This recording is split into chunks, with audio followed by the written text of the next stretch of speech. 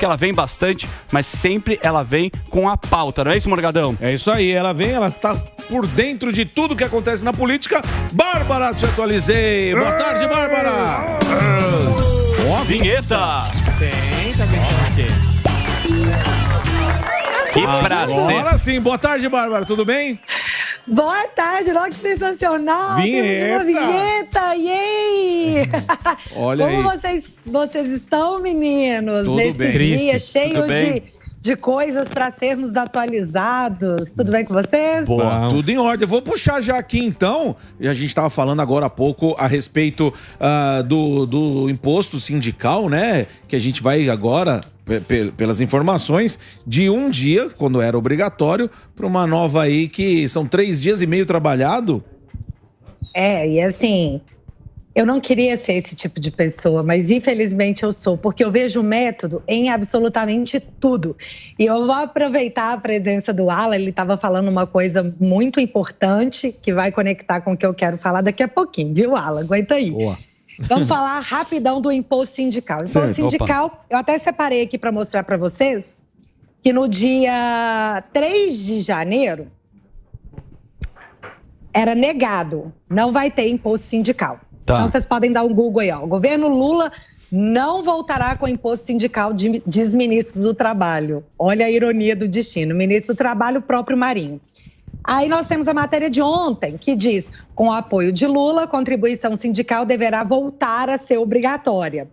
Aí nós temos, assim, uma repercussão muito negativa, porque, você falou que não ia acontecer, né? Agora você vem com, não mas 3 dias e meio de trabalho. Meu Deus. E aí ele diz que é o seguinte, é um debate sobre contribuição negocial, com teto para cobrança. Então, o que ele quer dizer? É um jeito de financiar os sindicatos com o nome de contribuição, que se é obrigatório, não é contribuição, é imposto. E pulamos aí de algo que era negativo, que foi um dia de trabalho, que era como era antes, para 3 dias e meio. Mas onde está o método disso que eu estou falando para vocês? Em maio de 2022, nós tivemos manifestações pró-Bolsonaro e pró-Lula. E a mídia repercutiu muito essas manifestações. Por quê? Porque a aderência do pró-Lula foi menor do que a pró-Bolsonaro.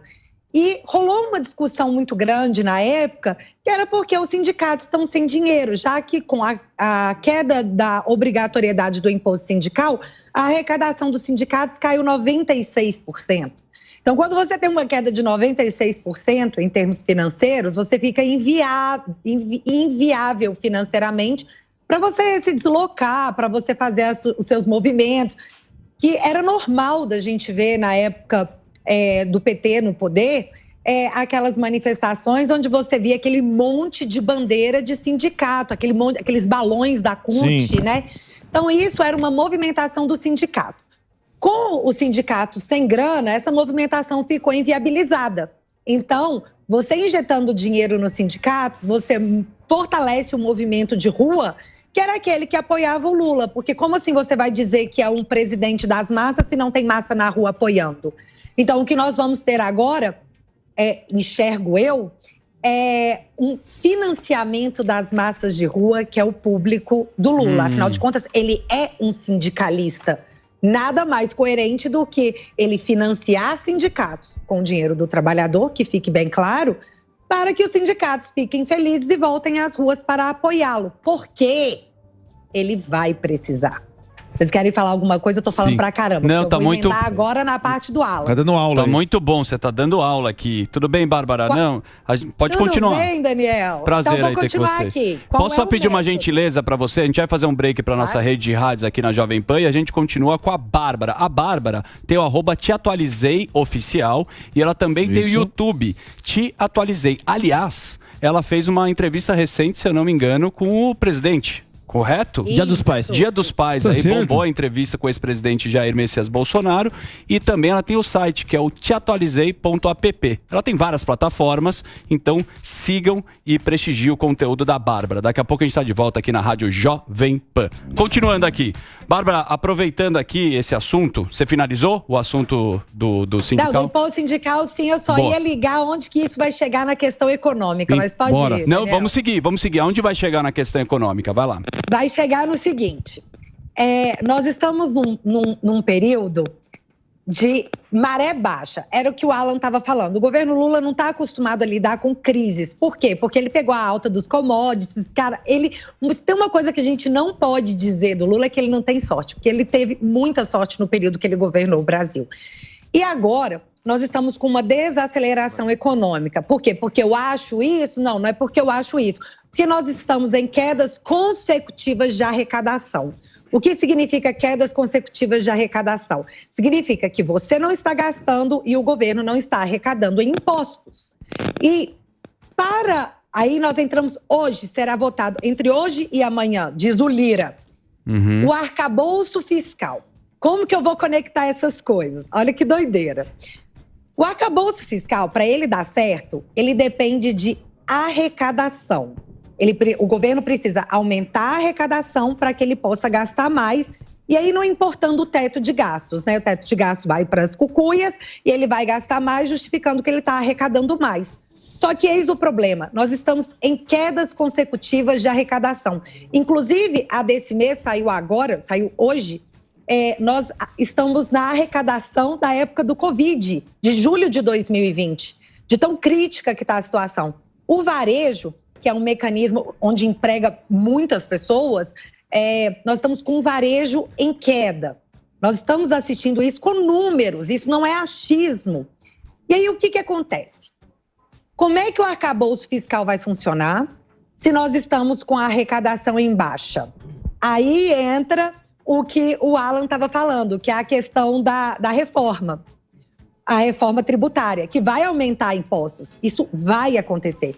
Por quê? Se você tem uma arrecadação em queda e você precisa arrecadar mais para o seu planinho infalível dar certo, você tem que dar seu jeito, meu amigo. E o seu jeito vai ser o quê? Imposto comendo solto. Opa! Isso vai acontecer. E aí entra a questão dos sindicatos. Por quê? Isso vai ser impopular. Aumentar imposto... Ninguém, nem a direita nem a esquerda vai aceitar, né? E ele falou aqui, o Alan, que ele vai complementar, o Bárbara, 16%, 16,33%, vai para 25% no mínimo. No mínimo. Pode complementar, Gani. Não, perfeito o que a Bárbara falou. Até agora, a gente não viu nenhuma medida do lado do gasto público. Pode pegar, eu desafio alguém me trazer alguma medida de corte de gasto. Muito pelo contrário. Todas as medidas até agora, elas foram no aumento de imposto.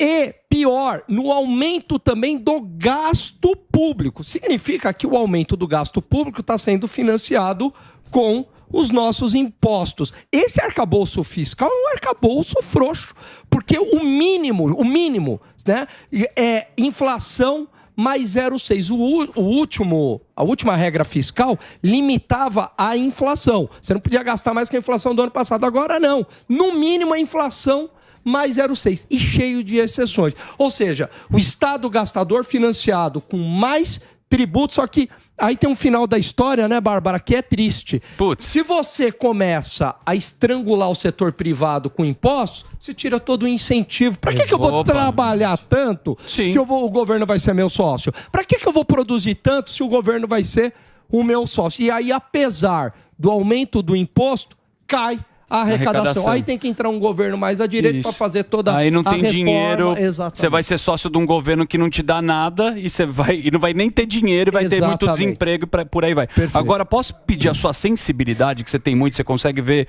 de fora do tabuleiro do xadrez. O Lira, que a gente fala tanto, ele falou uma frase muito interessante. Ele falou, não quero botar pressão sobre ninguém, mas vamos ter que cortar despesas. Essa é a fala do Lira, a última fala dele. O tempo inteiro é um jogo de pôquer do Lira com o governo, né? Aonde vai parar? O Lira quer fazer o quê, na sua opinião, que a gente já sabe como é que ele tá jogando esse pôquer aqui, né? Hora que precisa, ele pressiona, quando ele se sente pressionado, ele vai lá e abre as pernas. O que você acha, Bárbara? Eu acho que é um absurdo a pessoa dona da razão na atual circunstância do país ser o Lira. O Lira ser aquele cara que teve o peso na consciência de falar, galera, eu não queria ser eu a dar más notícias, mas a gente vai ter que cortar gastos. Por quê? Ele tinha que mencionar isso porque o arcabouço fiscal vai ser votado. Então, como é que... Vão ter mudanças na Câmara. E depois vai para o Senado e volta para a Câmara e tal. Então, assim, ele já levantou a bola. Tipo, galera, não tá dando certo. Mas o Lira, eu já disse isso aqui antes, o Lira não é time Bolsonaro, o Lira não é time Lula, o Lira é time Lira. O Lira, ele quer ministério, o Lira quer uma proteção jurídica. Então, o que o Lira quer é o seguinte, me ajude a te ajudar, entendeu? Ele está nessa pegada, porque...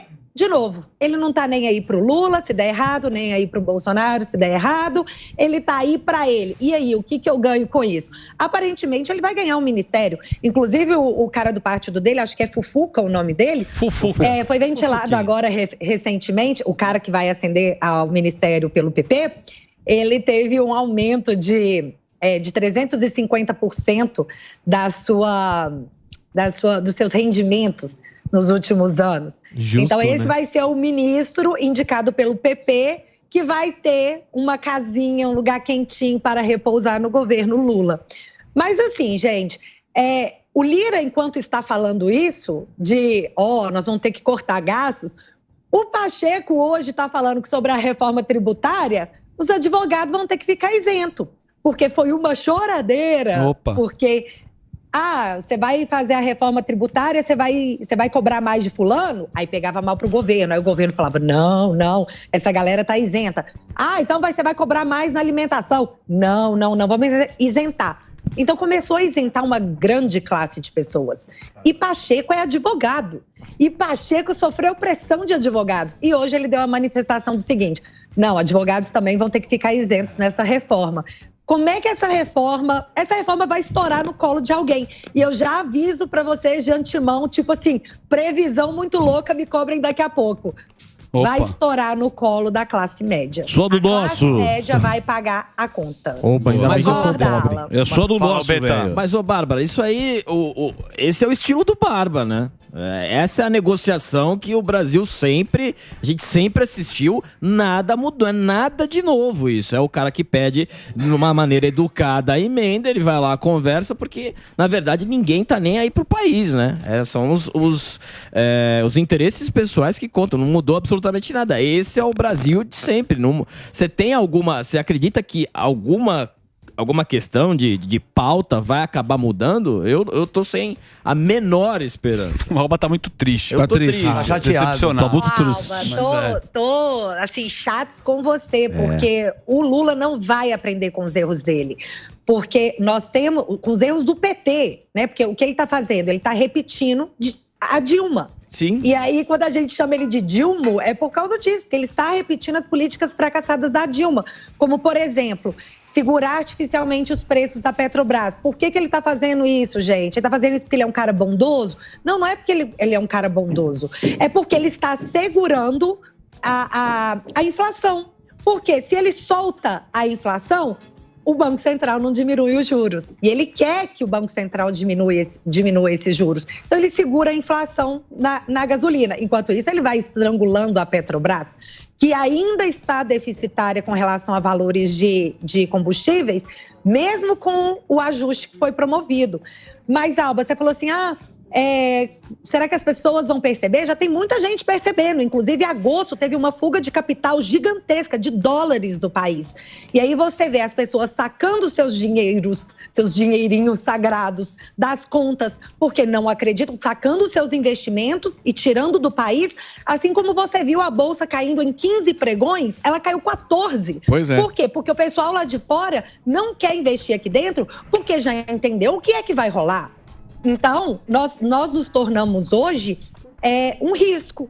Nós tivemos notas positivas sendo emitidas para o governo Lula, economicamente, mas que não refletiam as políticas do governo Lula. Eles estavam analisando as políticas do governo Bolsonaro do ano passado. E aí, quando eles vieram com essa positivação nas notas, aí o pessoal falou assim, o Fed vai lá e aumenta a nota do Brasil, Lula tá bombando. Não era pela política do Lula. E isso ficou... Como isso não foi explicado, as pessoas ficaram com essa sensação de, tá dando certo, hein? Não tá. Nós vamos viver... Isso é fato, gente. Nós vamos ter aumento expressivo de impostos. E aí eu quero fazer aqui um paralelo, só para exemplificar bem o que eu estou falando, o quanto quem vai se ferrar com isso é o pobre. E eu quero que isso fique bem claro para todo mundo que está me ouvindo, porque as compras das varejistas chinesas foram taxadas, e por mais que a Janja tenha falado que não, quem ia ser taxado era o empresário, não era o povo. Isso. Cara, que doideira! Como que a primeira-dama fala um troço desse? E assim, e repercutiu, né? Não, quem vai pagar é o empresário. Quem é que cai nessa em 2023? Tanto que a partir do dia 1º de agosto, todas as compras estão taxadas. E ainda está sendo discutido se não vai ser só o imposto de 17%. Se vai entrar também o imposto de importação, que é mais 60%. Isso não está descartado. Mas por que o Haddad fez isso? Taxad fez isso? Taxad fez porque ele queria arrecadar 8 bilhões em impostos. Vou taxar aqui porque vai entrar 8 bilhões, nós precisamos disso, tem arcabouço fiscal, tal. Prometi déficit de 100 bilhões para ano que vem. Então, foca na meta, né? Só que para os irmãos Batista, Joesley Batista, a justiça deu um desconto na conta da corrupção de 7 bilhões. Então, o que nós assistimos? Bilionários sendo poupados de uma multa de 7 bilhões. Então, assim, que bom para os bilionários. E o pobre sendo taxado para se arrecadar 8 bilhões nas brusinhas da Shopee e da Shein. Então, o que eu estou falando para vocês, esse não é o governo dos pobres. Os pobres serão taxados. Pobre entrou no imposto de renda. Sim. A gente não pode falar que não é inclusivo, né? Uma hora a conta vai chegar, inclusivo, né, Bárbara? Não tem jeito. Isso daí é aquele cheque pré-datado, que é aquele cartão que você fala, putz, que você volta de viagem e fala, nossa, não sabia que eu gastei tanto. E vem, que ninguém tá esperando o quanto vem e o tamanho da trolha que vem aí. Deixa eu fazer uma pergunta também agora para prefeituras, que a gente sabe que o governo do PT faz bem bases, né? Sabe que, não sei se é verdade essa história, parece que a Marta Suplicy, você ouviu essa história? Renasceu? Eu ouvi, mas eu fiz de conta que eu não ouvi. Cara, eu não sou obrigada a ouvir. Melhor coisa. Não é obrigado a ouvir, mas a Marta com o Nunes, você ouviu essa história? Eu vou permanecer em silêncio. Vou recorrer ao meu direito de permanecer em silêncio. Não, é que assim, essa prefeitura aqui para São Paulo, né, obviamente, tá uma coisa bem esquisita. Cada hora ninguém tá levantando a mão. Quem levanta a mão é cortado. Toca pra mim. Ninguém faz. Parece que o apoio da direita é mais pro Nunes, né? O presidente do PL veio aqui, o vice-presidente estava aqui com a gente, falou, não, a gente vai com o Nunes, mas a própria Marta falou que não sabe se vai aceitar. Mas tem um porquê dessa questão do Nunes, né? Essa questão é o moderado. É porque São Paulo tem um histórico de votar em tucanos. Você tem um histórico, nós tivemos governos e governos em sequência de... Gente, isso é obra, viu? Vocês estão ouvindo daí? Não, mas é a vida real. O que você tá reformando aí na tua casa? É o vizinho que tá batendo aí? É o vizinho. Não, na verdade, nós estamos fazendo o quarto da minha mãe aqui em casa. Meu marido é o único marido que ama a sogra e fala assim, nossa, minha sogra podia vir morar aqui, minha mãe é muito gente boa. E aí você teve a ideia de trazer mesmo a tua mãe pra morar? Não, quando ela veio pra cá, tadinha, ela dorme no sofá, e aí a gente falou, não, isso não vai acontecer nunca mais. Aí a gente tá fazendo o quarto da minha mãe aqui. Boa, coloca ela pra trabalhar, fazer umas dancinhas no TikTok que você gosta de fazer. Posso fazer uma pergunta? Fala aí, Fuzil. Não, uma pergunta de um não economista, não sei, até o professor se pode responder também, a Bárbara. É assim, a gente vê uma opinião de quem tá de fora. Se você tem um turismo barato, se você tem o poder de compra para você trocar de carro, se você consegue consumir no nosso país, a gente tem a impressão de que o país está voando. E aí, mesmo que aumente a inflação, mesmo que algo aconteça que é necessário, a gente ainda fica com essa ilusão, cara, mas tá legal, a gente tá consumindo e tal. Essa não é uma ideia que de repente eles deveriam adotar e aí na escuridão se fazer tudo? Ei, Fuzil, então, essa ideia se chama curva de Laffer. Isso foi dito no governo Bolsonaro, ninguém nunca tinha falado sobre isso. Que é assim, você diminui a quantidade que você cobra em impostos, a porcentagem de impostos, e aí, como mágica, não é mágica, gente, isso é ciência financeira, a arrecadação sobe. Porque quando você corta o imposto, as pessoas consomem mais. Então, você arrecada mais. Por isso, nós tivemos recorde de arrecadação no ano passado. E esse governo chega hoje falando assim, não, a gente precisa arrecadar muito mais, então vamos aumentar imposto. Aí a galera olha e fala assim, eu não vou comprar. Você não tem... Essa questão de imaginar que os preços estão mais acessíveis, vou comprar, isso é teoria de jornal.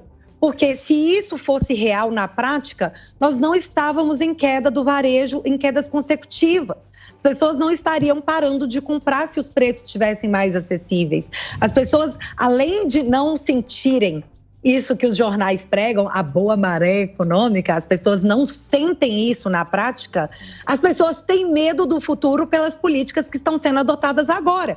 Eu vou dar um exemplo.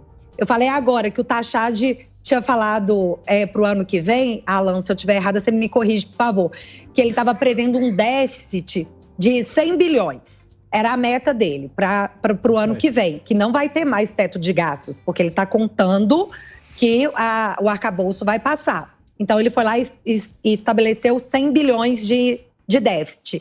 Só que hoje, nós já temos previsão para o déficit do ano que vem, que já passou de 140 bilhões, que foi quando veio agora essas matérias da grande mídia, falando que o Lula está pedalando com os valores da Caixa.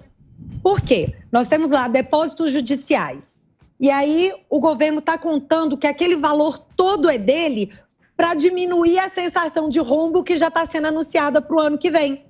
E aí a Caixa até falou assim, não, pera, não é 12 bilhões que você tem aqui não, é 9. Mas vamos colocar aqui os 12 bilhões que está lá na Caixa, vamos pôr que é dele. Que não é.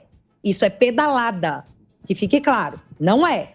Mas vamos colocar que seja. Ainda assim, nós já temos um estouro da previsão de déficit para 2024 em mais de 40 bilhões. E você não tem a perspectiva de baixar custos. E na contramão disso, a arrecadação está caindo.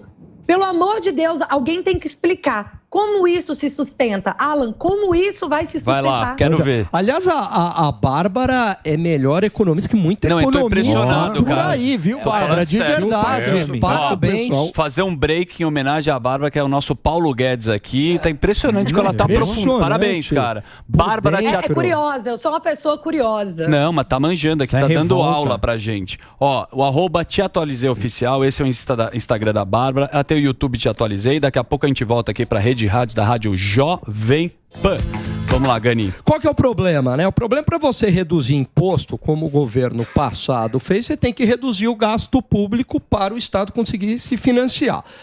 Nesse governo, há um aumento do gasto público por várias frentes. O PAC aí voltando, essas taxas de juros do BNDES abaixo do mercado, significa que a gente está pagando por isso. E aí o governo, para se financiar, o que ele faz? Ele aumenta o imposto. Só que como a Bárbara trouxe muito bem aqui, tem esse lance aí da curva de Laffer, que ela tem um limite, e replicar o estudo aqui para o Brasil, que é 34%. Ou seja, se eu passar da carga tributária de 34% para mais, o que acontece com a arrecadação? Ela começa a cair. Por quê? Porque eu não vou ter incentivo para produzir. Este que é o problema. E aí, sem incentivo para produzir, sabe o que acontece? Gera desemprego. Exato. Né? As pessoas perdem o emprego, perdem a renda e a gente entra aí num círculo vicioso, perverso, principalmente para a classe média e a população mais pobre. O que ela falou, a Bárbara aqui, que uma hora a gente vai sentir, né? A gente ainda não sentiu, mas vem para quem é pobre. E essas medidas populistas, né? Igual o governo Dilma, 2011, 2012, ninguém sentia. 2013, até o pessoal saiu na rua. É travestido, né? De bem social. Vou te ajudar. O discurso, a manchete é bonita, mas a conta não fecha, cara. Não fecha. Aí num primeiro momento, nossa, tá legal. Aí vem a trolha. E quando ela vem, quando chegou vem 3, 4 anos, aí é de arrebentar. O Brasil teve 2 quedas de PIB consecutivas do tamanho de uma guerra, do tamanho de uma pandemia, que foi 3,5%, queda sobre queda. Isso é de magnitude de pandemia sem ter tido uma pandemia. É de guerra sem ter tido guerra. Mas isso que entra na narrativa, né, ô Bárbara? Porque tá circulando um vídeo do Lula, de uma coletânea, que ele fala que tem que implementar a narrativa. E aí a questão de que não vai taxar rico, aí sempre essa questão, mas pobre não faz compra no exterior, e aí vai na classe média, que eles já falaram que odeiam a classe média justamente por não ter o controle da classe média e sempre ficar propagando a narrativa que sempre é pelos mais pobres. É exatamente isso. Agora o que o Alan falou, que tipo assim, num primeiro momento pode dar certo e mais pra frente a bomba estoura, porque estoura, gente, estoura e vai estourar pra gente. Mas eu não acredito que vai demorar tanto, justamente porque nós já temos o histórico. Já aconteceu recentemente. Então, tá muito vivo na cabeça de todo mundo que passou por aquela grande crise de 2015 e 2016, que nós tivemos na Dilma, no governo Dilma, uma piora financeira pior do que a pandemia somada com a guerra. As pessoas já viram o que acontece. Então, eu acredito que o mercado dessa vez vai puxar o freio de mão muito mais cedo. O mercado não vai comprar esse populismo como comprou da primeira vez. Porque assim, nós vamos fazer de novo. A gente viu o que aconteceu. E isso me assusta porque agosto já começou com uma fuga de capital.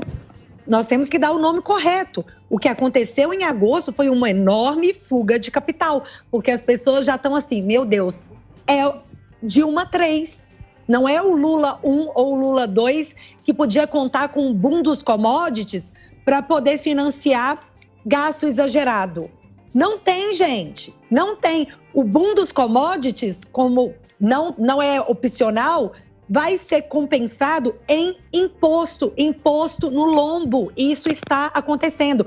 E aí, eu lembro de uma sessão na Câmara, onde o Paulo Guedes estava sendo questionado, e aí o pessoal perguntou para ele, falou assim, mas você não vai taxar as grandes fortunas? Aí o Paulo Guedes respondeu assim, cara, vocês ficaram 14 anos no poder e não fizeram? E aí você está querendo que eu faça? E aí, o que acontece agora? O Lula volta ao poder, o PT volta ao poder. Aí eu pergunto, não vai taxar as grandes fortunas? Não vai. Zeca Disseu, semana passada, deu uma declaração falando, não vamos taxar por agora. Desculpa, gente, qualquer coisa aí, essa vergonha que eu passei, mas não vamos fazer. Por quê? Porque sabe que não dá certo. Gente, isso, essa maldade que será feita com a classe média, quem puder vai sair fora. Quem puder vai retirar o seu dinheiro e vai guardar. Nós vamos voltar para a época de colocar dinheiro embaixo do colchão. Exatamente. A economia vai travar. Sim. Argentina. Ô, Bárbara, desculpa te interromper, mas a gente está de volta aqui na Rádio Jovem Pan, para nossa rede de rádios. E o assunto é tão bom, a audiência gosta muito de você, de verdade, aqui. Você é muito querida. Eu também gosto muito da audiência. Obrigada, não, é verdade, assim, é de coração. Como te elogiam aqui. A gente tem mais uma perguntinha, Morgadão, de saideira, que daqui a pouco tem a Cíntia Chagas aqui também, que gosta do seu trabalho. É isso aí. Eu também gosto dela. Ô, Bárbara, você falou da Dilma aí, a gente viu aí o TRF1 inocentou a Dilma e o Manteiga no caso das pedaladas fiscais. Vai ser agora a criação de mais uma narrativa. A gente já viu aqui, ó, deixa eu abrir aspas aqui para Glaze, que disse: a nossa presidenta Dilma foi inocentada no caso das pedaladas e a justiça sendo feita com uma mulher honesta, honrada, vítima da misoginia e da arbitrariedade. Você acha que agora mais uma narrativa vai ser criada? Quer dizer, criada não, né? Tá fortalecendo aquela narrativa do golpe? Eu vejo duas frentes nisso aí, Morgada. A primeira que você falou, a Glaze, né, fala presidenta. Imagina falar isso perto da Cíntia Chagas. Ela vai fazer até...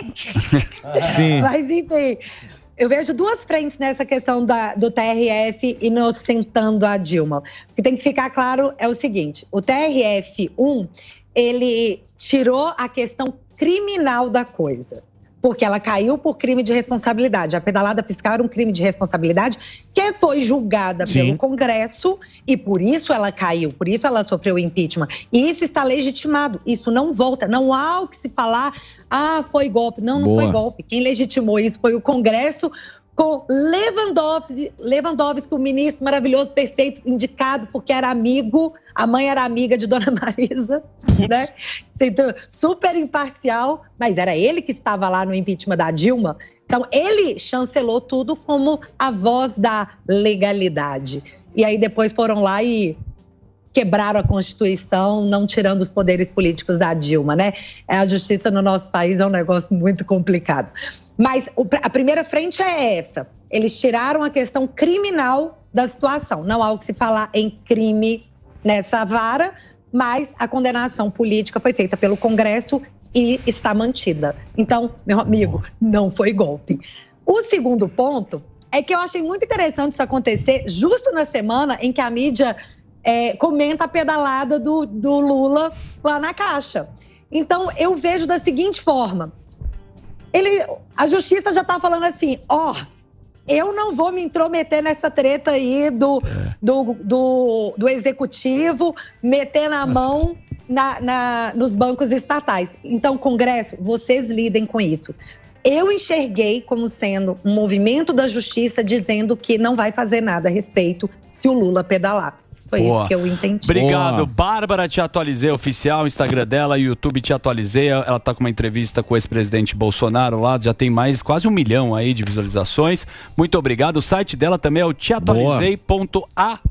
Isso aí. Um beijo enorme, obrigado pela sua participação aqui no programa Pânico e você sempre será bem-vinda aqui, tá bom, Bárbara? Um beijo. Muito obrigada. Beijo, meninos. Beijo, audiência. Sempre um prazer enorme. Beijo. Um beijo. E seguimos.